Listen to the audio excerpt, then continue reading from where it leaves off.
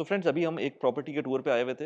Union property की developer की हम ऑफिस में बैठे हुए हैं। संडे का दिन है, तो यहाँ पर कोई ज़्यादा रश वश भी नहीं था। तो मैंने कहा कि यार, जो एक बहुत दिनों से मैं सोच रहा था एक वीडियो बनाने का। आज मेरे साथ उस्मान और महमूद भी मौजूद थे, तो हमने कहा था कि काफ़ी अरसे से हमने सोचा था इस पर पॉडकास्ट करेंगे, लेकिन वो हो नहीं पा रही थी। तो हमने कहा यहीं पर बैठकर हम इस पर बात करते हैं, क्योंकि मैं अभी कुछ दिनों पहले एक ट्रेंड देख रहा था गूगल के ऊपर, जिसमें लेट्स से अगर हम सर्च करें ना गूगल के ऊपर, आपको चीज़ें मिल रही होती हैं कि कौन कौन लोग किस किस तरह से सर्च कर रहे होते हैं। तो कनाडा, यूके के अंदर लोग मूव टू दुबई एक हॉट टर्म बनी हुई है, सर्च टर्म बनी हुई है कि how to move to Dubai या मूव टू दुबई, इस तरह की।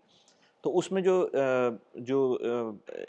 एग्रीवेट हुआ है वो आफ्टर पेंडेमिक, खास तौर पे यूके में तो बहुत पहले से चल रहा था, लेकिन कनाडा में जो है ना, आफ्टर पेंडेमिक बहुत ज़्यादा लोग मूव करने की बात करते हैं। और क्योंकि अब मैं कंटेंट बनाता हूँ अपने चैनल के ऊपर, तो यहाँ पर जब रियल एस्टेट की वीडियोस बनाते हैं या वैसे भी जनरल वीडियोस में, बहुत सारे लोग पूछ रहे होते हैं कि हमें मूव करना है कनाडा, और कनाडा से यूएई या फिर यूके से यूएई। अच्छा, यूके का कुछ इस तरह का है कि ब्रिटिश नेशनल्स हमेशा या ब्रिटिश सिटीजन्स हमेशा से दुबई आते जाते रहते हैं, और टूरिस्ट डेस्टिनेशन है उनके लिए। लेकिन कनाडा क्योंकि दूर है, और उतनी मेरे ख्याल से अवेयरनेस भी नहीं थी, तो वो उस लेवल पे नहीं है जिस लेवल पे यूके था किसी ज़माने में, और अभी भी। तो उस्मान और महमूद यहाँ पर मौजूद हैं। उस्मान और महमूद के साथ मैं मल्टीपल वीडियोस कर चुका हूँ पहले, रियल एस्टेट की भी, और इन लोगों की और भी सर्विसेज हैं। तो पहले थोड़ा सा इंट्रोडक्शन करवा दें यार आप लोग अपना, उसके जी, बाद फिर हम बात करते हैं। थैंक यू अली भाई। मेरा नाम उस्मान है। दुबई में मैं तकरीबन 15 साल से यहाँ पे स्टे किया हुआ है मैंने। और यहाँ पर प्रॉपर्टी के हवाले से आपको पता है कि काफ़ी सारे हम मिलकर काम करते रहे। तो प्रॉपर्टी से के साथ-साथ हमें डिफरेंट और भी क्वेरीज़ आती हैं। उनमें से जो टॉप ट्रेंड जैसा कि आपने बताया अभी, तो वो एक ये है कि लोग जो है जब यूके से, यूएस से, कनाडा से अक्सर हमसे पूछते हैं कि वो किस तरीके से यहाँ पे सेटल हो सकते हैं, रेज़िडेंसी वीज़ा के हवाले से, बिज़नेस सेटअप के हवाले से। सही सही। तो और महमूद अपने बारे में थोड़ा सा बता दें। वली भाई के साथ तो हम माशाल्लाह से काफ़ी टाइम से हम लोगों ने मेरे ख्याल से 100 हैं। वीडियोस कर ली अब तक ऑलमोस्ट 100 प्रॉपर्टीज की। प्लस हो गई। और अगर हम ऑडियंस की मैं बात करूँ तो मोस्टली हमारी जो ऑडियंस है वो 95% आउट ऑफ द यूएई है। हम्म। और उसको भी अगर मैं सेग्रीगेट करूँ तो 40 टू 50% हमारे कनाडा की ऑडियंस होती है। हम्म। कनाडा, फिर अमेरिका, यूके, हम्म। ऑस्ट्रेलिया। हम्म। ज़ाहिर है ये जो रीजन के लोग हैं अब वो प्लान कर रहे हैं कि यार कैसे हम अपनी पैसिव इनकम को मज़ीद बढ़ाएँ और क्या आगे की रिटायरमेंट प्लान वो हम हम्म। बात करेंगे। सही। सही है? तो वो चीज़ें हमारे पास क्वेश्चंस आते हैं, फिर हम उसका उसी हिसाब से सॉल्यूशन प्रोवाइड करते हैं। हाँ, तो हमने कहा एक छोटी सी तो नहीं, शायद एक बड़ी वीडियो हो जाए, जिसके अंदर हम ये बात करेंगे कि जो पेन पॉइंट्स हैं और यहाँ पर कैसे एड्रेस हो रहा है। क्योंकि बहुत सारे लोगों को तो, इवन मैं अभी कुछ अर्से पहले एक पॉडकास्ट की थी मैंने, एक यहाँ पर यूएई में इंडियन होते हैं ललित के नाम से, तो काफ़ी अच्छी पोजीशन पे थे यूएई में जी। यहाँ पर। लेकिन वो कह रहे थे जब मैं यहाँ आया था, उस वक्त मुझे ये भी नहीं पता था कि मैं अबू धाबी जा रहा हूँ, दुबई जा रहा हूँ, इन दोनों में क्या जी। डिफरेंस है। और हमारा जो बैकग्राउंड था वो हमें नहीं पता था कि यूएई हुँ। कितना डेवलप हो चुका है, कितना एडवांस कंट्री है। जबकि वहाँ पर हम जब बैठे हुए थे इंडिया में, तो उस वक़्त हम ये सोच रहे थे कि यार पता नहीं, मतलब हाँ। लोग भी बोल रहे थे हमको कि यार आप कहाँ जा रहे हो? क्यों जा रहे हो वहाँ पर? मतलब आजकल के ज़माने में हुँ। भी उतनी अवेयरनेस नहीं है, तो मुझे ये हैरत होती है कभी-कभी सुनकर। और जब हमारे पास कमेंट्स भी आते हैं ना कनाडा के, हुँ। जो लोग ख़ास तौर पे लोग हुँ। होते हैं, अच्छा उसमें कुछ कंट्रोवर्सीज़ भी आ जाती हैं, तो उसमें कुछ लोग जो कमेंट कर रहे होते हैं, तो वो भी मुझे लगता है कि उनको भी नहीं पता कि यहाँ पर सिचुएशन क्या है। हुँ। बहुत सारे लोग जब यहाँ पर आते हैं पहली दफ़ा, तो उनको पता चलता है। लोग मौसम को बोल रहे होते हैं कि गर्म मौसम है और हुँ। ये वो, तो वो चीज़ें यहाँ पर मेरे ख़्याल से इर्रेलेवेंट हो जाती हैं। क्योंकि आप कनाडा में भी देखेंगे तो काफ़ी ज़्यादा बर्फ़ पड़ रही होती है, तो वहाँ यहाँ से जब वो लोग वहाँ जाते हैं, तो वो लोग भी डिप्रेस्ड हो जाते हैं। तो जब हुँ। वहाँ से आते हैं, तो मेरे ख़्याल से तो जो ब्रिटिश टूरिस्ट हैं, वो इसी वजह से यहाँ आते हैं कि यहाँ वहाँ पर जो कांस्टेंट एक रेनी किस्म का सीज़न होता है, क्लाउडी सीज़न होता है, ग्रे होता है, तो वहाँ वहाँ से काफ़ी ज़्यादा बेहतर होता है। ठीक है, मौसम होता है, लेकिन मेरे ख़्याल से 6 महीने मौसम बहुत बेहतर होता है। आज भी हम ऑलमोस्ट अप्रैल में आने वाले हैं, और मौसम ऐसा है कि आप बाहर जाकर, अभी हमने थोड़ी देर पहले ही बाहर एक वीडियो की है, बल्कि उसका लिंक मैं लगा दूँगा, यूनियन प्रॉपर्टी के ऑफ़िस के अंदर हम बैठे हुए हैं। सो इन लोगों से मेरा पॉइंट ये था बुलाने का कि इनके पास काफ़ी इनसाइट्स होती हैं जब लोग इनके पास आते हैं, और अपने सॉल्यूशंस की बात करते हैं। जो उनके प्रॉब्लम्स होते हैं, उनके सॉल्यूशंस की बात करते हैं, और जो प्रॉब्लम्स होते हैं, वो फिर इनसे डिस्कस भी करते हैं। तो क्या मेन इश्यूज़ उस्मान आते हैं, अगर बात करें जो लोग कनाडा से आते हैं या यूके से आते हैं, किस तरह की बात करते हैं वो, और क्यों मूव करना चाहते हैं या इन्वेस्ट करना चाहते हैं दुबई में? वली भाई ब्रॉडली देखें, एक तो ग्लोबल पॉलिटिक्स, हुँ। एक इसका इम्पैक्ट है, और सेकेंडली कुछ सोशल इश्यूज़ भी हैं, लोगों के पर्सनल रीजंस भी हैं। तो जो ग्लोबल पॉलिटिक्स है उनका इम्पैक्ट आपके बिजनेसेस के ऊपर भी है। हुँ। और जो लोग शायद स्पेसिफिकली बात कर रहा हूँ कनाडा की, कुछ एम्स और टारगेट्स लेके कनाडा में गए थे आज से 5 साल पहले, 10 साल पहले, शायद वो उस तरीके से अचीव नहीं कर सके। This is one of the reason. फिर उसके बाद टैक्सेस एक जो रीज़न है वो इसी में इंक्लूसिव है कि जो वो प्लान करके गए थे, शायद क्योंकि आपको पता है कि हम लोग यहाँ पे तो टैक्सेस से बिल्कुल ही या फ्री हमें हैं, हमें ये भी नहीं पता कि जो है ना टैक्सेस होते क्या हैं, क्योंकि होते क्या यहाँ है। पर वैट आ गया है, लेकिन जो नॉर्मल इनकम जनरेशन कोई कर रहा है नॉर्मल जॉब के साथ, तो उसको तो टैक्स का कोई चक्कर है नहीं। चक्कर नहीं है, और प्लस पता है आपको कितने सारे लोग यहीं पर हमारे मेरा इंटरेक्शन होता है, उनको ये नहीं पता फाइल रिटर्न्स क्या होते हैं, क्या रजिस्ट्रेशन हाँ। होती है, वेट सबमिशन 4 मरतबा होती है। हुँ। तो ये सारी चीज़ों के हमें अवेयरनेस नहीं है, तो इस वजह से ये भी एक लोगों के साथ चैलेंज रहता है वहाँ पे। एक तो ये कि इस पूरे प्रोसेस को समझना, गुज़रना, प्लस फिर जो टैक्स इम्पोज़ होते हैं, हुँ। वो उन चीज़ों को वो काफ़ी भारी हो जाते हैं वो मैनी टाइम्स। हाँ, 40-45% तक चला जाता है, इवन 50% समटाइम्स। जी। हाँ। तो ये एक चीज़ है जो मेरे जैसे कि मैं आपको बताऊँ, मेरे एक क्लाइंट है, वो इस वक्त कनाडा में है, उनका बहुत अच्छा बिजनेस एस्टेब्लिश्ड है वहाँ पे, और वो प्रॉपर्टी से रिलेटेड ही काम करते हैं। He is planning to move from Canada to here, और उनका ग्रेजुअल मूव एक बहुत बड़ा रीज़न ये है कि वहाँ पे अब जो उनके एसेट्स हो गए हैं, उन एसेट का वॉल्यूम इतना हो गया कि उनको काफ़ी ज़्यादा हैवी टैक्सेस पे करने पड़ रहे हैं।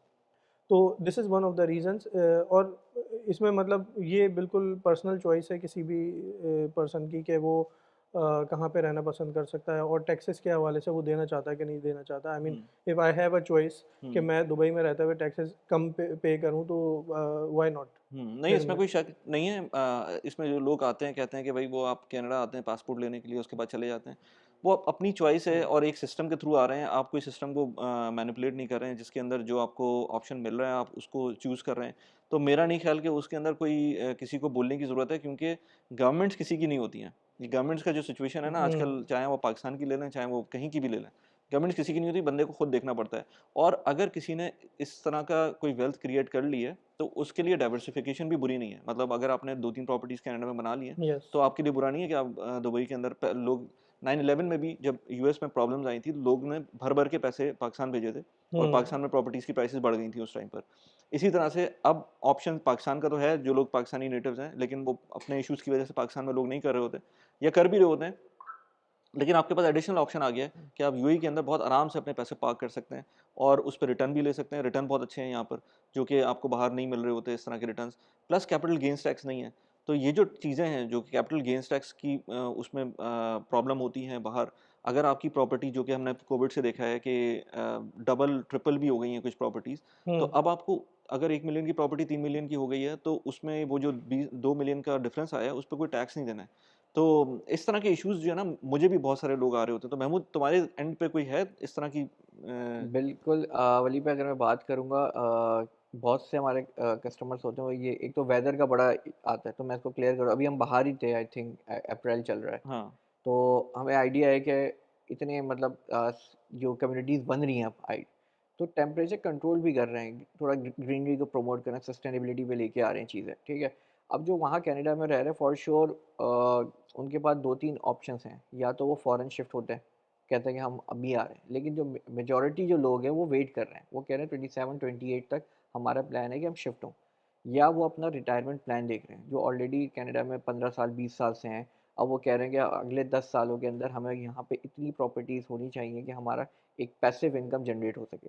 तो हुँ। उस बेस को लेते हुए फिर वो इन्वेस्टमेंट्स करते हैं। वो ऐसा नहीं है कि वो जैसे रशियंस आए थे या आप कह सकते हैं चाइनीज़ आए थे कि एकदम से बल्क बाइंग की थी। ये लोग जो कैनेडियंस हैं या अमेरिकन्स हैं, ये स्लो एंड ग्रेजुअली करते हैं कि पहले एक प्रॉपर्टी ली, प्राइस एप्रिशिएट हुई, फिर दूसरी ली, फिर तीसरी ली और मल्टीपल पोर्टफोलियोज़ बनाते हैं।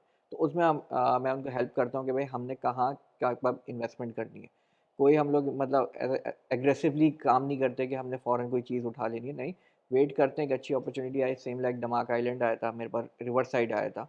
तो अभी मज़ीद इस साल कुछ अपॉर्चुनिटीज़ आएँगी। तो हुँ। उनमें हम उनको रेडी रखते हैं, जैसे ही हम लॉन्च से पहले ही हम वो चीज़ उनको बुक करवा देते हैं। अच्छा, जब प्रॉपर्टीज़ की वीडियोज़ बनती हैं, या जी। इवन हमने, मुझे मौसम से याद आया कि हुँ। हमने लास्ट टाइम उस्मान तुम्हारे साथ जो की थी ना एक वीडियो, उसकी आई थिंक स्पोर्ट सिटी की जी। थी या जेबीसी की थी, जिसके अंदर बारिश हो रही थी उस टाइम पर, जी, और वो लोग जब, और वो बात भी अप्रैल की थी लास्ट ईयर की, लास्ट ईयर अप्रैल की तो बात है और जी। ठंड हो गई थी उसमें, तो वो हुँ। लोगों ने उसमें कमेंट किया था नीचे, और मेरे ख्याल से वही बाहर के लोग थे कि यार हुँ, ये मौसम ऐसा कैसे हो सकता है, अप्रैल के अंदर दुबई में बारिश हो रही है और अच्छा मौसम है, इवन ठंडी हवा चल रही थी। तो यही जो पॉइंट्स है ना, ये लोगों को नहीं पता होते, और इसी में मैं एजुकेट भी कर रहा होता हूँ लोगों को कि ठीक है आपको जहाँ रहना है रहें, लेकिन आपको एक अवेयरनेस होनी चाहिए हुँ। कि काम कैसे हो रहा है, और अपना अगर आप दिमाग बंद रखेंगे तो अपना ही नुकसान करेंगे। जी। और दूसरा वली मैं ऐड ऑन करूँ एक और चीज़, इंफ्रास्ट्रक्चर। हुँ, 2-3 मेरे कनाडा के इन्वेस्टर्स हैं, जब वो फर्स्ट टाइम आए थे, वो शॉक हो गए थे दुबई को देख के। हुँ, कहते यार हमारे वैमो, कहते हमारे आइडिया ही नहीं था, वैमो गुमान में नहीं था कि यार दुबई ने इतने इस लेवल पे अपने आप को डेवलप्ड कर लिया है। कहते हमें तो हुँ, लगता था दुबई एज़ अ डेज़र्ट है। हुँ, जब वो यहाँ आए फर्स्ट टाइम उन्होंने देखा, तो उनके सारे डाउट्स क्लियर हो गए, उनको पता चल गया अगले 4-15 सालों में इस सिटी में इतना पोटेंशियल है कि वो एज़ अ सेकंड होम इसको कंसिडर कर सकते हैं। अच्छा, अभी वो उस्मान, जो हम लोग बात कर रहे थे पॉपुलेशन की, जो इस वक़्त 3.9 के करीब, 3.9 मिलियन। अच्छा, डीएक्सबी इंटरैक्ट का मैं अभी डेटा भी देख रहा था, हुँ, तो उसके अंदर 3.9 मिलियन की पॉपुलेशन तो 2025 तक की है ही। है। तो उसमें जो ग्रोथ थी, अब ग्रोथ के पॉइंट ऑफ व्यू से बात करेंगे तो जब 2018 17-18 तक, मतलब 17 के अंदर 10.29% की ग्रोथ थी, जो पॉपुलेशन ग्रोथ है हुँ, दुबई की।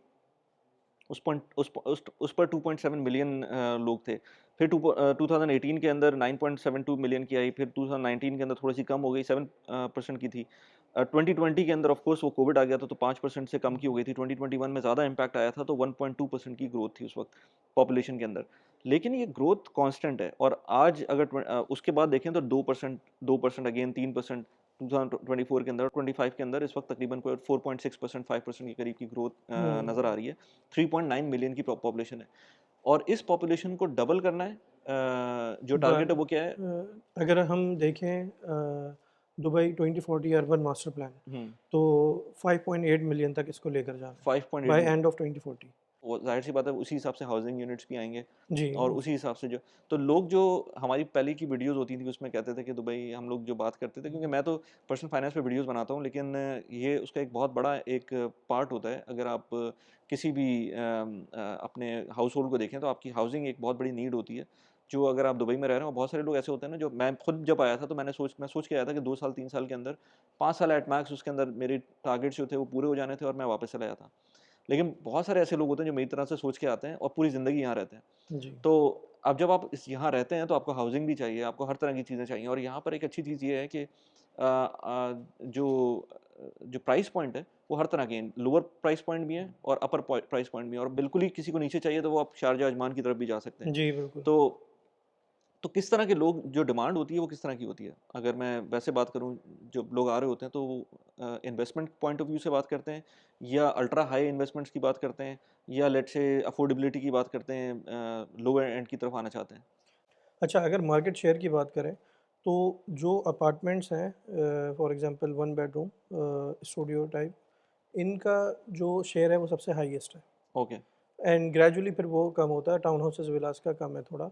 और जो शारजाह और अजमान की जो आप बात कर रहे हैं, तो वहाँ पर भी डिमांड है, लेकिन वहाँ पे आपको ज़्यादातर एंड यूज़र नज़र आएँगे। हुँ, ऐसे लोग जो कि ऑलरेडी यहाँ पर एस्टेब्लिश हैं, जिन्होंने 2-4 साल दुबई में गुज़ार लिया है, now they want to upgrade their lifestyle और कोई प्रॉपर्टी लेना चाहते हैं, तो वो फिर अफोर्डेबल ऑप्शन अगर देखा जाए तो शारजाह, अजमान, उस तरफ आपको कम प्राइस में प्रॉपर्टी मिल जाती है।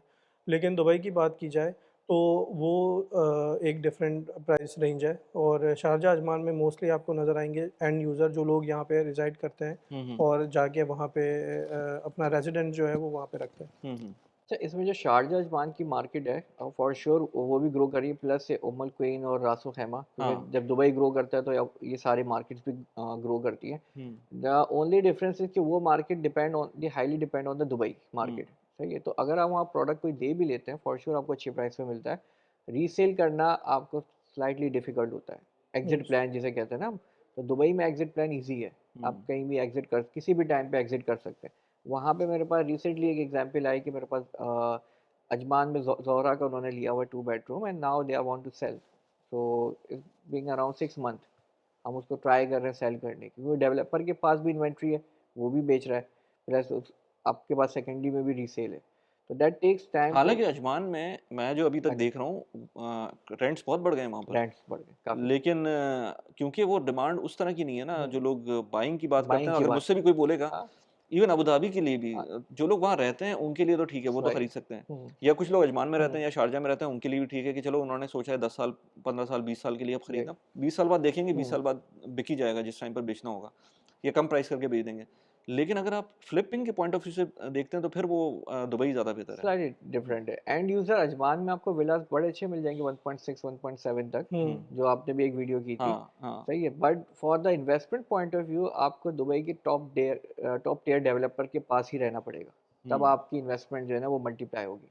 अच्छा, ठीक और है। फिर इसमें हाँ। ये स्ट्रैटेजी है ना कि किसी का क्या एम और ऑब्जेक्टिव क्या हुँ, है। फॉर एग्जांपल अगर 5 साल आपने वो पैसा रख के शारजा में क्या एप्रिसिएशन आएगी और हुँ। फिर उसको कंपेयर कर लें दुबई से, तो ऑफ कोर्स वो हाँ, हाँ, बड़ा बिल्कुल, एक मैंने उस वक़्त डिफरेंस है। जब मुझे याद है पैंडेमिक के टाइम पर कुछ बहुत अच्छी लोकेशन जो शारजा की थी, हुँ, वहाँ हम लोग गए थे सिर्फ़ देखने के लिए।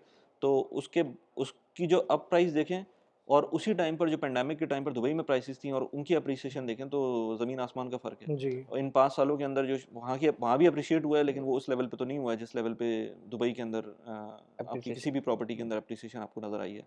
अच्छा, कुछ पॉइंट्स थे मेरे हुँ, जिसके अंदर एक सबसे इम्पोर्टेंट पॉइंट था, जो लोग पूछते थे कि भाई अगर हम दुबई आ जाते हैं, तो हमारा सोर्स ऑफ इनकम क्या होगा?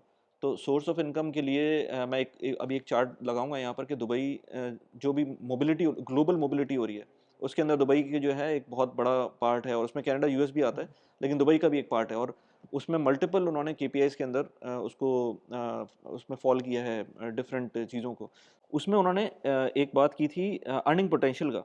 तो जैसे अब Switzerland, Singapore, US, Australia, Canada, UK, UAE, New Zealand, हुँ, Austria, Italy, Hong Kong, Latvia, Malta, Hungary, Greece, Portugal, ये सारे कंट्रीज़ हैं जिसके अंदर माइग्रेशन डेस्टिनेशन शो किया हुआ है। स्कोर उन्होंने दिए हुए हैं डिफरेंट। तो टोटल स्कोर जो है इस वक्त भी कनाडा का 73 है और यूएई का 67 है। और उसका रीज़न ये है कि 73 अभी भी साउथ एशिया से, हुँ, पाकिस्तान, इंडिया से, फिलीपींस से जो लोग जाना चाहते हैं, एक्चुअल माइग्रेशन करना चाहते हैं, वो तो कनाडा या हुँ, ऐसे कंट्रीज़ में करना चाहते हैं जिनके पास उनको पासपोर्ट मिल जाएगा इवेंचुअली। ऑफ कोर्स यूएई में आपको पासपोर्ट तो नहीं मिलता, लेकिन गोल्डन वीज़ा मिलता है।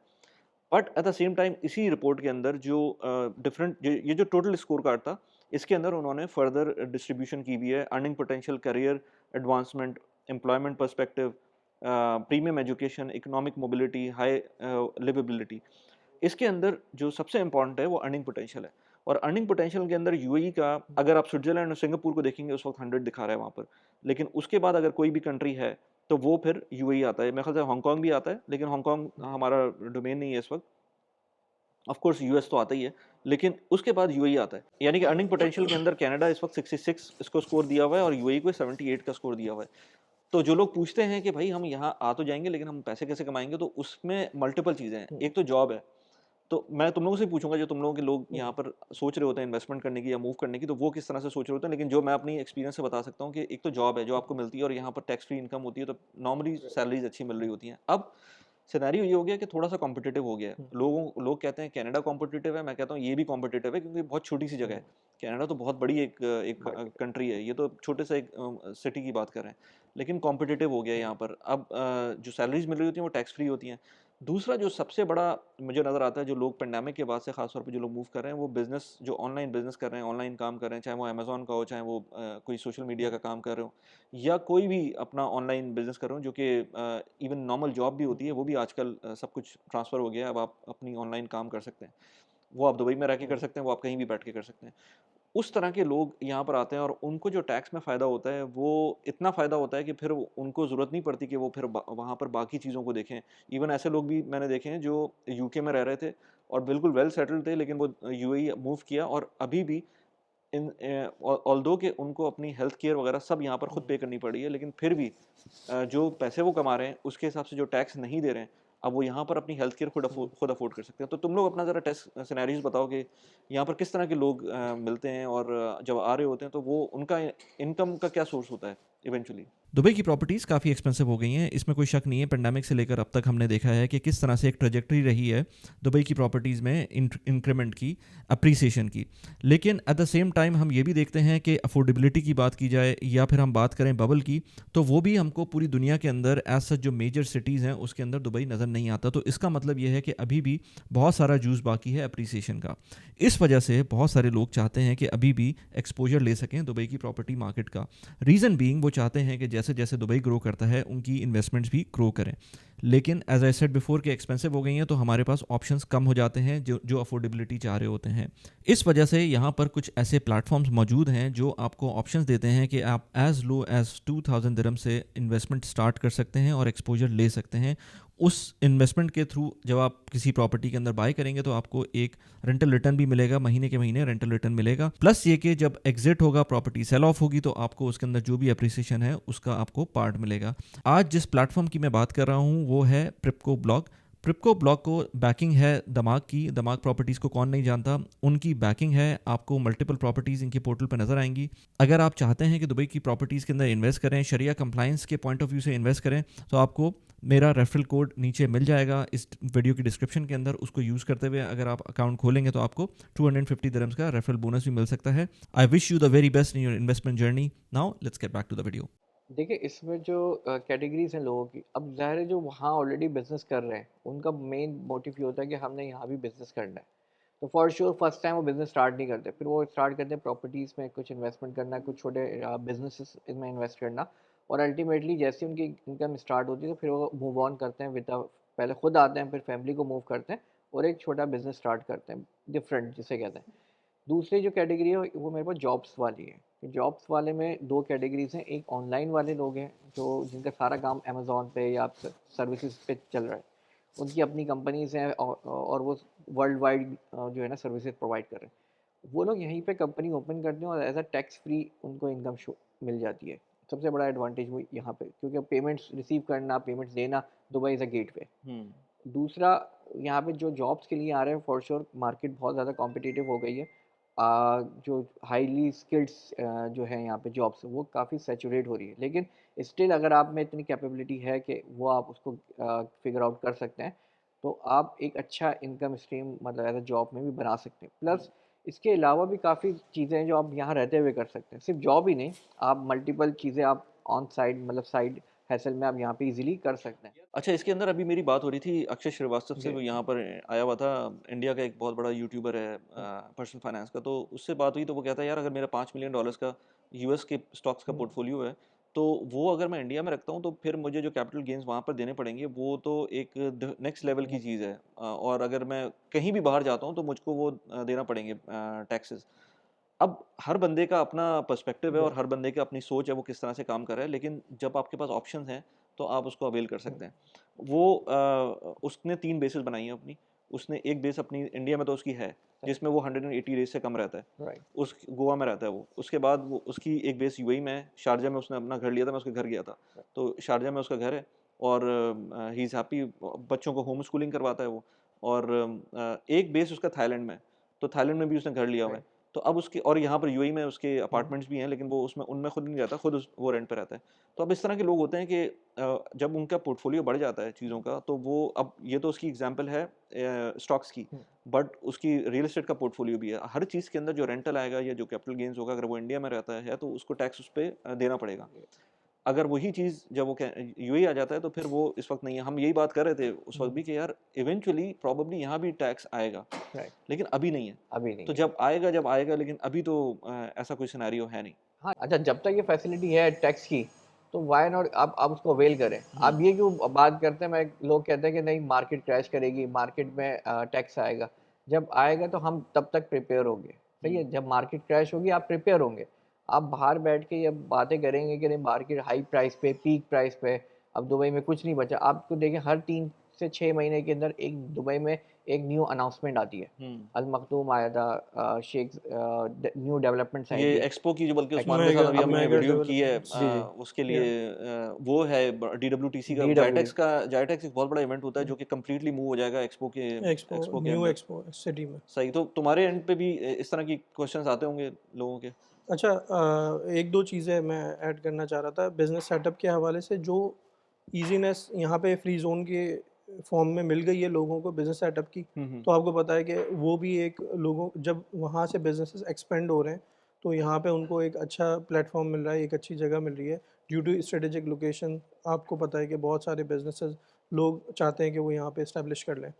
तो this is one of the reasons कि लोग बिजनेस सेटअप के लिए आते हैं and eventually they prepare their mind कि चलो कुछ बाय भी कर लेते हैं, प्रॉपर्टी भी ले लेते हैं। फिर उसके बाद एक जो मैं बात कर रहा था ग्लोबल जो पॉलिटिक्स है उनका इम्पैक्ट।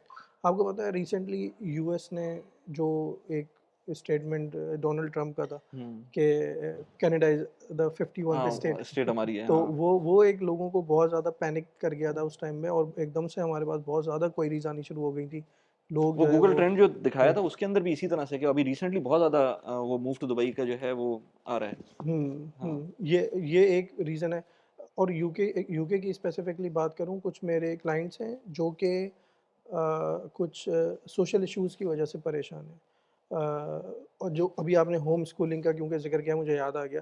तो होम स्कूलिंग वो लोग करवा रहे हैं ड्यू टू सम रीज़न्स। आपको पता है वहाँ पे कुछ हम्म ऐसी ऑर्गेनाइजेशंस हैं हम्म जो कि हम लोगों के अपने कल्चर के लिए बड़े। हम लोगों की नहीं, वो तो सबके कल्चर, हाँ, चाहे कोई भी रिलीजन हो, उसके यस। कल्चर के पॉइंट ऑफ व्यू से, उसके नॉर्म्स के पॉइंट ऑफ व्यू से वो चीज़ सही नहीं है। अच्छा, हुँ, उसमें डोनाल्ड ट्रम्प वैसे सही सीधा कर दिया सबने, सबको उसने, हुँ, क्योंकि वो कह रहा है कि भाई ये कुछ नहीं होता, ये जो हाँ, है वो है, बस हाँ जी। इसको इसी तरह रखो।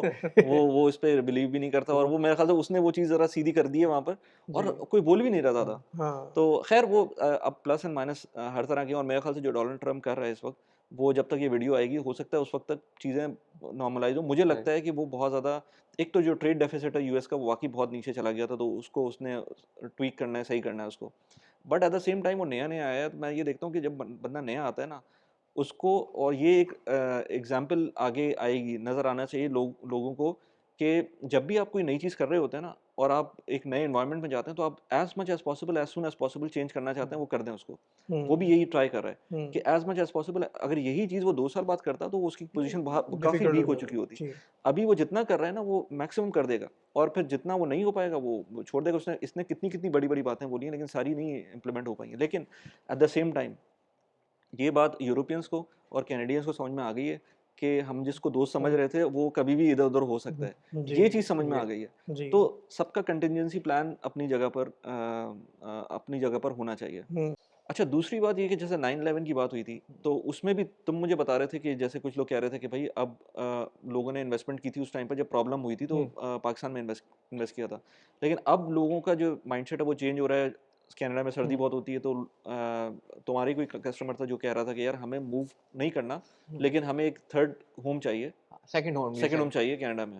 फॉर श्योर देखिए वो ये भी नहीं चाह रहे कि हम कनाडा से पूरे अलग हो जाएँ, बट वो ये चाह रहे हैं कि हम एक बेनिफिट ले लें। हुँ, क्योंकि वहाँ की जो कम्युनिटीज़ हैं, इंडियन, पाकिस्तानी कहते हैं, एशियन या डिफरेंट नेशनलिटीज़ की, जब वो ये देखते हैं कि यार किसी एक बंदे ने पैसे लगाया और वहाँ पे उसको बेनिफिट हुआ, जैसे बहुत से ने यहाँ पे टाउन हाउसेस खरीदे, प्राइसिंग ऑलमोस्ट डबल हो गई। हुँ, तो जब वो चीज़ उनको वहाँ मिलती है बैठे हुए कि यार कुछ करना भी नहीं पड़ा, प्रॉपर्टी खरीद भी ली, पैसे भी और टैक्स फ्री रहा, अमाउंट भी यहाँ पे रही।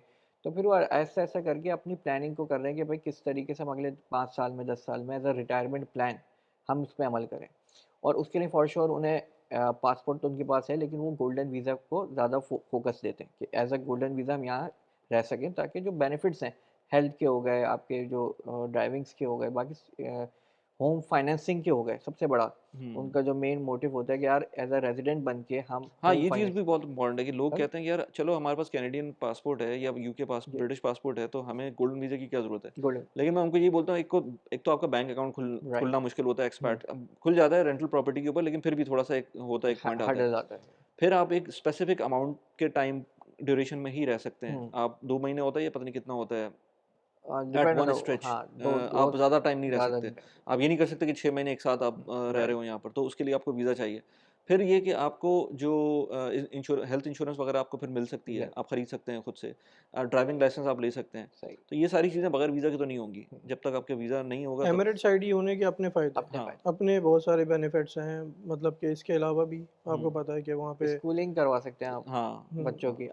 अच्छा ये लोग ऑलरेडी अवेयर हैं, तो उनको पता है कि हमने वीज़ा भी लेना है, हमने इन्वेस्टमेंट भी करनी है और गोल्डन वीज़ा की तरफ जाना, और कब हमने मूव करना है। हम्म, और बहुत से ऐसे लोग हैं जो सिर्फ सीजनल वाइज से देख रहे हैं रिटायरमेंट प्लान के, 6 महीने जैसे आ गए यहाँ पे सर्दियों में और गर्मियों में वहाँ चले गए। हम्म, तो अब ज़ाहिर है जब उनकी ये मूवमेंट 2 आपने घर रखने, तो फॉर श्योर आपने इतनी पैसिव इनकम होनी चाहिए। तो इसलिए वो इस 5 साल पहले से ही तैयारी कर रहे हैं कि हम इतना एक पोर्टफोलियो बना दें प्रॉपर्टीज़ का, हम्म। जो हमारी रेंटल्स में, रीसेलिंग में, बाइंग मतलब ऑफ प्लान में वो चलती रहे। अच्छा, यहाँ पर ऑफ प्लान को मैं दोबारा से पूछूंगा, क्योंकि बहुत सारे लोगों को ये भी नहीं पता होता है यहाँ पर जो पैसे बन रहे होते हैं इन्वेस्टमेंट्स में, जी, जो काम हो रहा होता है वो ज़्यादातर ऑफ प्लान के अंदर या बनता है। रेगुलर प्रॉपर्टीज जो होती हैं वो एक खास लेवल के ऊपर रेंटल दे रही होती हैं, और हुँ। थोड़ा बहुत अगर अप्रिसिएशन दे दें तो दे दें। बट जो असल में इन्वेस्टमेंट्स होती हैं वो ऑफ प्लान प्रॉपर्टीज़ के अंदर होती हैं। उसका रीज़न क्या है, ये कुछ इसके अंदर बताओगे ज़रा? देखिए, एक प्रॉपर्टी का लाइफ साइकिल है, जब तक वो मट्टी है वो बिल्कुल लोएस्ट प्राइस के ऊपर है। जैसे जैसे उसके ऊपर कंस्ट्रक्शन होनी शुरू हो जाएगी, over the time you will see कि वो एप्रिशिएट करता चला जाएगा। तो इस चीज़ की अंडरस्टैंडिंग होना बहुत ज़रूरी है, और ये बहुत कॉमन है, कहीं पर भी आप देख लें। अनलाइक जैसे कि आपको पता है यूके में पोस्ट हैंडओवर प्लान वाला कॉन्सेप्ट नहीं होता है, फ्लेक्सिबल पेमेंट प्लान जैसे कि अब आजकल दुबई के रियल एस्टेट मार्केट में है, इस तरह हम्म, के नहीं होते। तो ये लाइफ साइकिल को समझना बहुत ज़रूरी है कि अगर आपने पैसे बनाने, तो आपने लोएस्ट प्राइस पे आपने एंट्री करनी है और एग्ज़िट कर लेना है जब वो आप एप्रिशिएट कर जाए। आपको एक भी कोई भी प्रॉपर्टी है वो 3 साल का हैंडओवर जनरली मिलता है दुबई की मार्केट में, और इन 3 सालों में आपको मल्टीपल टाइम अपॉर्च्युनिटी मिलेगी कि आप उसको फ्लिप कर दें, आप उसको दोबारा से बेच के तो एग्ज़िट तुम कर लोग दें। इसमें हेल्प करते हो लोगों की, कि अगर लेट्स से एक दफ़ा किसी ने इन्वेस्ट कर दिया और ऑफ प्लान प्रॉपर्टी में इन्वेस्ट किया, 2 साल के अंदर 3 साल के अंदर बाद में उसको सेल करना हुआ, वैसे तो हम लोग यही सब सजेस्ट करते हैं कि आप कम से कम उसका हैंडओवर तक के पैसे आपके पास होने राइट, चाहिए, हुँ। लेकिन फ्लिपिंग में मिलती है हेल्प तुम लोगों के थ्रू? श्योर, देखिए हमारे, मैं अपने जितने भी अभी तक मैंने इन्वेस्टमेंट्स करवाई है अपने इन्वेस्टर्स को, तो हमने यही माइंड में कि एक कुछ तो हमारी रीसेल हो चुकी है प्रॉपर्टीज़, या हम्म, हमने और उनको आगे हम फॉरवर्ड कैरी फॉरवर्ड कर दिया है। बाकी ऑनगोइंग है, जैसे-जैसे मेरे पास हैंडओवर्स आते रहते हैं मेरी प्रॉपर्टीज़ के, हम उसको रीसेल करवाते हैं। इवन कि अगर किसी ने हमसे ना भी लिया हो हम्म। और ऑलरेडी किसी प्राइवेट डेवलपर से किसी और से लिया हुआ हो और वो भी मेरे पास आते हैं, तो हम उनकी भी कोशिश करते हैं कि उनको रीसेल करवा दें। जस्ट अ क्विक ब्रेक, क्योंकि मेरा चैनल यूजुअली एक्सपर्ट्स देखते हैं, ज़्यादातर जो एक्सपर्ट्स होते हैं वो इंडिया, पाकिस्तान, बांग्लादेश, नेपाल, श्रीलंका, इस तरह की जगहों से होते हैं, और जो लोग व्यू कर रहे होते हैं वो तो या तो जीसीसी कंट्रीज़ के अंदर होते हैं, या फिर वो यूएस, कनाडा, ऑस्ट्रेलिया, या पूरी दुनिया में कहीं से भी हो सकते हैं। उन लोगों को जब अपने बैक होम पैसे भेजने होते हैं तो उनके लिए 2 प्रायोरिटीज़ होती हैं। एक तो ये कि जो उनका रेट है वो बेस्ट इन क्लास रेट हो, उससे अच्छा रेट कोई और ना दे सके। दूसरा ये कि जो पैसे भेज रहे हैं वो एज़ सून एज़ पॉसिबल उनके बैंक अकाउंट में रिफ्लेक्ट हो जाएँ, या फिर उनके रिलेटिव्स के अकाउंट में रिफ्लेक्ट हो जाएँ। तो जो मैं ऐप यूज़ करता हूँ वो बहुत ही ज़बरदस्त ऐप है, और उसके थ्रू जब भी मैंने पैसे भेजे, क्विक रिसीव हुए हैं और बहुत बेहतर रेट्स मिले हैं compare to others. So without further do, अगर आपको पैसे भेजने हैं तो मेरा रेफरल कोड यूज़ करके जब आप पैसे भेजेंगे तो आपको समवेयर बिटवीन $10 टू $15, जो भी ऐप की टर्म्स एंड कंडीशन उस वक्त की होंगी, वो आपको मिलेंगे पहले ट्रांसफ़र के ऊपर। So don't wait and make your first transfer now. तो इसमें मैं ये बताना चाह रहा हूँ कि देखें, ये एक्सपर्टीज़ है हमारी टीम की कि हम लोग पोर्टफोलियो बिल्डिंग में आपकी हेल्प करेंगे। वो पोर्टफोलियो बिल्डिंग ऐसे ही होती है, उसके लिए ज़रूरी नहीं है आपके पास million of dollars, million of dirhams हो। हम्म। आप छोटे से स्टार्ट कर सकते हैं, and over the time you will see कि आपकी एसेट्स जो है 1 से 2, 2 से 3 होते चले जा रहे हैं। अच्छा, जो एक और पॉइंट, ये वीडियो थोड़ी सी लंबी हो रही है, लेकिन एक और पॉइंट जो मुझे अभी दिमाग में आया कि जो जितने भी लोग मुझे मिलते हैं और जो लोग यहाँ से गए हैं, चाहे वो पाकिस्तान से गए हों चाहे गल्फ से गए हों, तो वो जो मुझे अब अपनी सैलरीज बताते हैं, वो उसमें मैं कहता हूँ भाई आप गुजारा कैसे कर रहे हैं उसके अंदर, क्योंकि वाकई हुँ, वो मुश्किल है। किसी ज़माने में $100,000 कनाडा में एक बहुत अच्छी सैलरी समझी जाती थी, अभी भी कुछ लोगों के लिए अच्छी सैलरी है, बट अगर आप सिंगल अर्नर हैं, क्योंकि यहाँ पर एक अच्छी चीज़ कह लें या जो भी कह लें आप उसको, लेकिन यहाँ पर एक आप आराम से एक सिंगल अर्नर एक पूरी फैमिली चला सकता है बिल्कुल, दुबई में रहते हुए। बिल्कुल ऐसे ही है। लेकिन कनाडा में रहते हुए अगर $100,000 आप बना रहे हैं, तो सिंगल बंदे को पूरा घर मॉर्गेज चलाना, ग्रोसरी वगैरह करना, ये काफ़ी ज़्यादा एक्सपेंसिव है जितना मुझे अभी तक समझ में आ रहा है। अगर आपकी $100,000 है तो आपकी टेक होम अगर महीने की देखेंगे तो $5,000 से ज़्यादा नहीं बनेगी। और अगर आप एक नॉर्मल टू मतलब 4 पर्सन की फैमिली हैं, तो उसके अंदर जो आपके एक्सपेंसेस हैं वो ऑलमोस्ट उतने ही बन जाएँगे जितनी आपकी हुँ, इनकम है। तो हैंड टू माउथ जिसे कहते हैं ना, वो सिनेरियो होगा, जबकि वो यहाँ नहीं है। तो ये चीज़ें लोगों को नज़र आती हैं। हाँ, अगर आप डुअल इनकम है एक घर में, फिर वो इम्प्रूवमेंट हो सकती है, but at the same time हम अफोर्डेबिलिटी की बात करें तो घर बहुत महँगे हैं वहाँ पर। तो हुँ, आप अगर डुअल इनकम भी है तो उसके अंदर भी काफ़ी एक्सपेंस, मतलब वहाँ पर जो एक अगर कनाडा की बात करें तो $1 मिलियन का एक नॉर्मल घर या इससे थोड़ा सा कम इसके अराउंड मिल रहा होता है, तो $1 मिलियन यहाँ पर 2.5 मिलियन दिरहम्स के करीब बन रहे होते हैं। 2.5 मिलियन दिरहम में यहाँ पर क्या आएगा? 2.5 मिलियन दिरहम में यहाँ पे आपको 4 बेडरूम टाउन हाउस मिल सकता है, एक बहुत ही state of the art community में, जिसमें कि आपको हर तरह एक आपको लिविंग एक्सपीरियंस मिलेगा, लग्जरी लिविंग एक्सपीरियंस। और जो ये इकोनॉमिक स्लो डाउन है ना, ये वाली क्वेरीज भी हमारे पास बहुत ज़्यादा है। जो लोग यहाँ से पहले शायद माइग्रेट कर गए थे, लेकिन अब वो they want to come back again. क्यों? क्योंकि जो आपने सारी बातें बताई, जो भी ये कॉस्ट, जो भी एक्सपेंसेस हैं वहाँ के, उनको लेके एक टैक्स का बर्डन और भी होता है। तो आप देखें तो वहाँ पे हैंड टू माउथ ही रहता है बंदा। लेकिन यहाँ पर रहते हुए आप अ फैमिली ऑफ 2 और सिंगल अर्नर है, 10,000 कमा रहा है, तो वो गुज़ारा कर सकता है। आई नो कि वो बहुत ज़्यादा कोई सेविंग नहीं कर पाएगा, वो दुबई में रह भी सकता है, अपने बच्चे को पढ़ा भी सकता है, फैमिली ऑफ 2 हो, और वो आराम से जो है वो यहाँ पे गुज़र-बसर कर सकता है। 10,000 टू 12,000 दिरहम इतना बनता हाँ, है। मतलब इतना कोई अच्छी इनकम नहीं है 10,000 12,000, लेकिन अगर उसको कंपेयर करेंगे कनाडा से तो यहाँ पर जो एक्सपेंसेस आएंगे आपके, अगर आपकी कंपनी आपको मेडिकल इंश्योरेंस दे रही है फैमिली को, तो फिर आपको सिर्फ और सिर्फ अपनी फैमिली के जो बच्चों की एजुकेशन है उस पर डालना पड़ेगा एक्सपेंस। अगेन क्वालिटी में ये वो जो चार्ट हमने देखा था, क्वालिटी में एजुकेशन की फ़र्क आएगा, but at the same time मैंने ये देखा है कि अगर आप खुद घर में, बहुत सारे लोग होम स्कूलिंग भी इसीलिए करवा रहे होते हैं ना, जी। कनाडा में रहते हुए आपके पास पब्लिक स्कूलिंग अवेलेबल है, लेकिन बहुत सारे लोग होम स्कूलिंग करवा रहे हैं इस वक्त भी।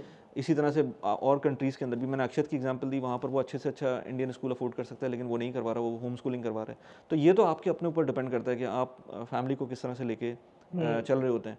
और मैंने ये भी देखा है कि आप नॉर्मल सी स्कूलिंग कराएं, लेकिन घर के अंदर अगर आप सही से अपब्रिंगिंग कर रहे हैं बच्चों की, तो वो इवेंचुअली वो अच्छा परफॉर्म कर रहे होते हैं। सो तुम लोग हेल्प करते हो in properties, in acquiring, let's say even business setup के लिए भी तुम्हारा काम जी। होता है। हम लोगों की एक वीडियो भी थी जिसके अंदर हमने बात की थी कि कैसे बिजनेस सेटअप वगैरह कर सकते हमने हैं। एक और भी करनी है फ्री ज़ोन के बारे में, हाँ हम इंशाल्लाह जल्दी हाँ हाँ करेंगे। हाँ, तो वो अभी हम करेंगे इंशाल्लाह, जब भी ईद के बाद फिर प्लान करते हैं उसको। सो अभी तुम लोगों का ज़्यादातर फोकस जो है वो यहाँ की प्रॉपर्टीज़ के अंदर, अपार्ट फ्रॉम द जो बिजनेस सेटअप है, तो इसमें पोर्टफोलियो बिल्डिंग के अंदर जो लोग देख रहे हैं यहाँ पर, अगर आपको किसी को कांटेक्ट करना है तो नीचे व्हाट्सएप नंबर दिया हुआ है। महमूद और इसका उस्मान का, सलमान मुझे याद आ गया, सलमान इन लोगों के साथी होते हैं, तो इन जी। लोगों का नंबर पूरी दिया टीम हुआ है, पूरी मौजूद है। टीम इन लोगों की, तो वो काफ़ी बड़ी टीम है। कितने लोग हैं जी, अभी? तकरीबन 20 लोग। 20 लोग हैं जी। तकरीबन। तो काफ़ी अच्छा सेटअप है इन लोगों का। तो अगर आप लोगों को किसी को भी कांटेक्ट करना है, चाहे वो आपकी अपनी प्रॉपर्टी को मैनेज करवाना हो या कुछ भी इस तरह का सिनेरियो हो, तो इन लोगों से कांटेक्ट कर सकते हैं। नीचे व्हाट्सएप नंबर दिया हुआ है। किस तरह से लेके चलते हो अगर छोटा कोई इन्वेस्टर आए और वो कहे कि यार मुझे, मेरा अभी ज़्यादा पैसे नहीं है लेकिन मुझे ग्रो करना है अपना पोर्टफोलियो, तो किस तरह से एक पाथ दिखाते हो लोगों को? चलें एक एग्जांपल देता हूँ। अगर आपके पास कोई कोई बंदा जिसका शायद वो अफोर्डेबल प्रॉपर्टी की तरफ ज़्यादा जाना चाहता हो, लेकिन उनकी ख्वाहिश ये हो कि वो एक पोर्टफोलियो बिल्ड करना चाहते हैं अपना, तो वो स्टार्ट कर सकते हैं कि स्टूडियो से भी, कोई इतना बड़ा मसला नहीं है। 700,000 800,000 में एक स्टूडियो मिल जाता है अच्छा। और इसमें हम ये देखेंगे कि क्या जो इन्वेस्टर फ्रेंडली पेमेंट प्लान जिनको कहा जाता है, उन पेमेंट प्लान को अवेल करते हुए हम चीज़ों को आगे लेके जाएंगे कि कम से कम पैसा आपको ब्लॉक करना पड़े और उसके आउटपुट, उसके रिटर्न ज़्यादा से ज़्यादा हों, एंड ओवर द टाइम हम उसको कितनी जल्दी उसको फ्लिप करके मज़ीद अगले वाले पे बढ़ जाए।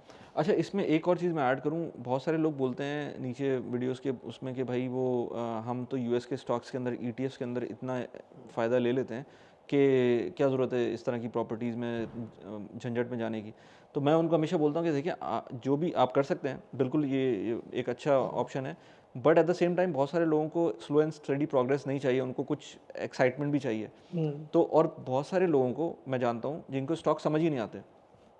तो जो इन्वेस्टमेंट आपको समझ नहीं आती उसमें आपको वैसे ही नहीं जाना चाहिए जब तक आप उसको समझ ना लें सही से। तो इवेंचुअली आपको डाइवर्सिफिकेशन के पॉइंट ऑफ व्यू से, अब जैसे यूएस की, अभी जब हम बात कर रहे हैं तो यूएस की स्टॉक मार्केट दोबारा नीचे चली गई है, ओवरऑल स्टॉक मार्केट नीचे गई है, लेकिन यूएई की ना स्टॉक मार्केट नीचे गई है, ना रियल एस्टेट कोई प्राइसेस नीचे आई हैं, ये सब अपनी जगह पर है। तो अगर आपका पोर्टफोलियो डाइवर्स होगा, जब आपका लेट्स से कनाडा में है, आप तो कैनेडियन स्टॉक्स में आपने डाला हुआ है, या यूएस के स्टॉक्स में डाला हुआ है, उधर की रियल एस्टेट में डाला हुआ है, यहाँ अगर आप आ जाते हैं तो यहाँ की रियल एस्टेट के अंदर है, तो ऐसा बहुत कम होता है कि सब कुछ ही नीचे चला जाए। तो जब सब कुछ नीचे जाएगा तो वो कोविड जैसी सिचुएशन होगी, तो उस टाइम पर इवेंचुअली ऊपर आना होता है, वरना जब सब कुछ नीचे जा रहा है तो फिर तो दुनिया ही नीचे जा रही है ना, फिर तो आप कुछ नहीं कर सकते, फिर तो आपके पास कोई और ऑप्शन है नहीं। बिल्कुल। तो जब इनफैक्ट जब कोविड में सब कुछ नीचे जा रहा था, उस वक्त गोल्ड भी नीचे गया था। अब हालांकि गोल्ड को ऊपर जाना चाहिए था, क्योंकि गोल्ड एक इन्फ्लेशन हेज है, और वहाँ पर जब इस तरह की सिनेरियो बनता है तो गोल्ड एक आपको इम्प्रूवमेंट देता है, लेकिन वो उसने वहाँ भी नहीं दिया था। लेकिन इवेंचुअली जब आप 5 साल 10 साल बाद देखेंगे तो सब कुछ आपको, सब चीज़ों ने, जो अच्छे एसेट्स होंगे वो आपको रिटर्न देंगे। कुछ एसेट्स ऐसे होंगे जो आपके डाउन टर्न के टाइम पर अच्छा परफॉर्म नहीं करेंगे, लेकिन कुछ और एसेट्स ऐसे होंगे जो उसी टाइम पे अच्छा परफॉर्म करेंगे। जैसे इस वक्त यूएई की, अगर किसी ने यूएस के स्टॉक्स में इन्वेस्ट किया होता और यूएई के लेट्स से स्टॉक्स या रियल एस्टेट में इन्वेस्ट किया होता, तो यहाँ पर आपको यूएई की रियल एस्टेट ने बचा लिया होता और आपको यहाँ पर रेंटल भी मिल रहा होता। अच्छा, एक और चीज़, इस पे मैं तुम लोगों से बात हम ख़त्म कर रहे थे, लेकिन एक और चीज़ मुझे अभी याद आ गई। रेंटल में जो सबसे प्रॉब्लम आती है कनाडा में लोगों को, वो फंस जाते हैं वहाँ पर। एक एक साल तक उनका टेनेंट नहीं छोड़ के जाता, 1.5 साल हो जाता है, वो कोर्ट में केस कर देता है और आप फिर उसके भुगतते रहते हैं। यहाँ क्या सिनेरियो है? यहाँ पर टेनेंट को प्रोटेक्शन मिलती है डीएलडी की तरफ से, रेंटल डिस्प्यूट सेंटर भी है यहाँ पे।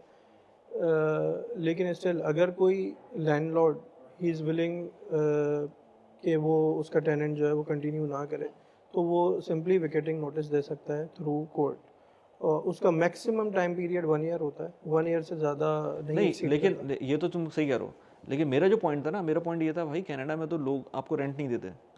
यहाँ ऐसा नहीं हो सकता कि रेंट ना दें। जो रेंट, एक चीज़ होती है ना कि रेंट बढ़ गया है, अब वो बंदा रेंट आपको बढ़ा के रेंट नहीं मिल रहा। लेकिन ऐसा नहीं हो सकता, लेट से आपने 100,000 दिरहम्स का रेंट है, आपने डिसाइड किया हुआ है, अब अगले साल उस जगह की वैल्यू बढ़ गई है और अब रेंटल उसका 120,000 130,000 हो गया, लेकिन लॉस कुछ इस तरह के, आप 110,000 से ऊपर नहीं बढ़ा सकते। तो यहाँ पर आपको 10-20,000 का नुकसान शायद हो रहा हो हर साल रेंटल के अंदर, इवेंचुअली वो ऊपर जाएगा। लेकिन कनाडा में अगर इस तरह से होता है, तो कनाडा में तो ऐसे भी लोग, मैं दोस्तों को जानता हूँ जहाँ पर उन्होंने रेंटल उनको मिला ही नहीं, पूरा साल गुजर गया, उसने वहाँ पर मिनिमम पैसे दे, मतलब अगर $1,400 का रेंट था तो 600 या $500 दे रहे हैं, और वो कह रहे हैं नहीं, अब हमारे पास इतने ही पैसे हैं, हम इतने दे रहे हैं, और वो 1 साल 1.5 साल गुजार देंगे, प्रॉपर्टी की ऐसी की तैसी कर देंगे और फिर वो छोड़ के जाएंगे।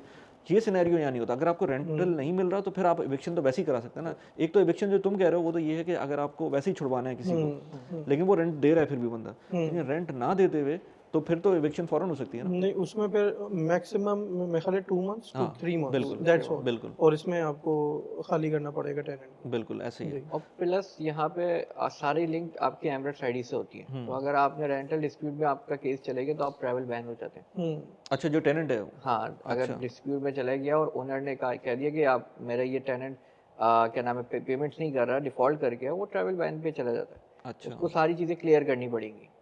तो अब ज़ाहिर है ये डिफरेंस आता है। मेरे साथ भी एक सिनेरियो था कि मेरे टेनेंट, ओनर कनाडा में, उनको टेनेंट ने जो है ना $50,000 कैनेडियन उनको नुकसान हुआ था। सिर्फ उन्होंने अपना एक पोर्शन रेंट किया था और वो 2 साल तक उन्होंने वेकेट नहीं किया। ये कनाडा की बात कनाडा की हाँ बात कर, हाँ हाँ हाँ, ऐसी और फिर ऐसी है। मेंटेनेंस में उन्होंने कोई $15,000-20,000 और लगाए, बिल्कुल बिल्कुल कोर्ट के पैसे अलग दिए उन्होंने। बिल्कुल बिल्कुल ऐसी है। तो ये चीज़ें हैं जो कि प्लस एंड माइनस होती हैं हर जगह की। मतलब मैं ये नहीं कह रहा कि दुबई की सारी चीज़ें प्लस हैं या प्रोज हैं, इधर भी बहुत कुछ। तो आपको अपने सिनेरियो के हिसाब से उसको देखकर अपना डिसीजन लेना है। और अगर अगर किसी को डिसीजन लेना है तो उस्मान हो गया, सलमान हो गया या महमूद हो गया, इन लोगों के साथ आप कांटेक्ट कर सकते हैं, नीचे व्हाट्सएप नंबर दिया हुआ है। और इनकी टीम काफ़ी ज़्यादा डिलीजेंस के साथ आपको जितने मैक्सिमम जो इनकी फोरसाइट होगी उसकी बेसिस के ऊपर ये आपको हेल्प आउट कर सकते हैं। और आखिर में कुछ अगर कहना चाहोगे उस्मान या महमूद? प्रॉपर्टी के हवाले से, बिजनेस सेटअप के हवाले से, मॉर्गेज के हवाले से, कोई भी क्वेरी हो आप हमको डिस्कस कर सकते हैं, हमसे कांटेक्ट कर सकते हैं। हमारी team, we have expert and professionals, we are ready to help you. चलो यार, सेम लाइक दिस। चलो यार, थैंक यू वेरी मच। फिर इंशाल्लाह किसी और वीडियो के अंदर मिलते हैं। ओके।